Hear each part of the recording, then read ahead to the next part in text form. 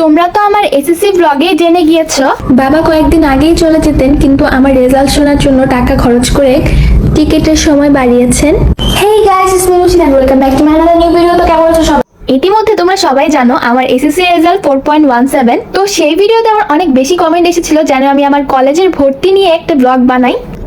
সবার requested blog নিয়ে চলে আসলাম। So without any further ado let's get started. তোমরা হয়তো অনেকেই ভাবছো আমি কোথায় এসেছি। আসলে আমি আমার স্কুলে চলে এসেছি, এখানে টিচার্সদের সাথে কথা বলার জন্য যে আমি অনলাইনে কিভাবে আবেদন করতে পারি।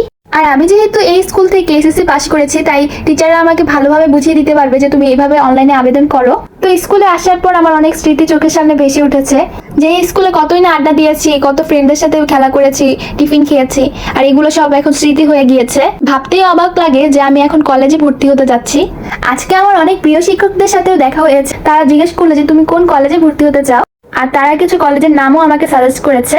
তো টিচার্সদের সাথে কথা বলার পর এখন আমি চলে যাব আমার কোচিং এ। তো কোচিং এর শিক্ষকদের সাথেও আমার কথা হয়েছে, তারা বলেছে তুমি এখানে আসো, এখান থেকে আমি অনলাইনে আবেদন করে দিচ্ছি। আসলে আমার কোচিং এর স্যাররা এসএসসির সময় অনেক বেশি কষ্ট করেছে আমাদের জন্য, এবং আমাদেরকে অনলাইনেও ভর্তি করে দিচ্ছে, যেটা সচরাচর দেখা যায় না এরকম শিক্ষক। আর অনলাইনে আবেদন করার সময় এত বেশি হ্যাসেলে যেতে হয়েছে। তো তোমরা যারা আমার সাথে কলেজে অ্যাডমিশন নিচ্ছ, আর তোমরা তো সবাই জানো যে অনলাইনে আবেদন নিয়ে কত রকমের ঝামেলা পোহাতে হয়েছে।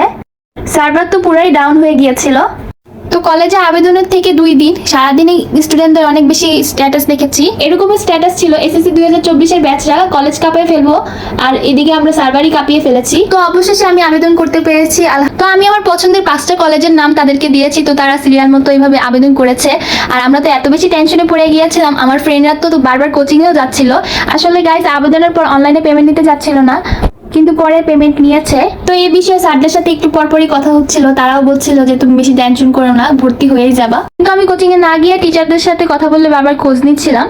তো তোমরা সবাই আমার জন্য দোয়া করবে যেন আমি আমার পছন্দের কলেজটি পেয়ে যাই। আর তোমরা চাইলে আমার সম্পর্কে প্রতিদিনই জানতে পারবে যদি আমার ব্রডকাস্ট চ্যানেলে জয়েন হয়ে যাও। আর সেখানে আমি আমার প্রতিদিনের অ্যাক্টিভিটি তোমাদের সাথে শেয়ার করবো। যারা জয়েন করতে চাচ্ছ, আমার ব্রডকাস্টের লিঙ্কটা আমি আমার কমেন্ট বক্সে দিয়ে রাখবো, অবশ্যই ক্লিক করে জয়েন হয়ে যাবা। তো বাসায় আসার পর আমার এত বেশি ক্ষুধা লেগে গিয়েছিল, তাই ফুডপান্ডা থেকে অর্ডার করে নিলাম আমার পছন্দের ডমিনোস পিজাটি। আর প্রায় আধা ঘন্টা লেগেছে, কিন্তু অবশেষে আমি আমার পিজাটি হাতে পেয়েছি।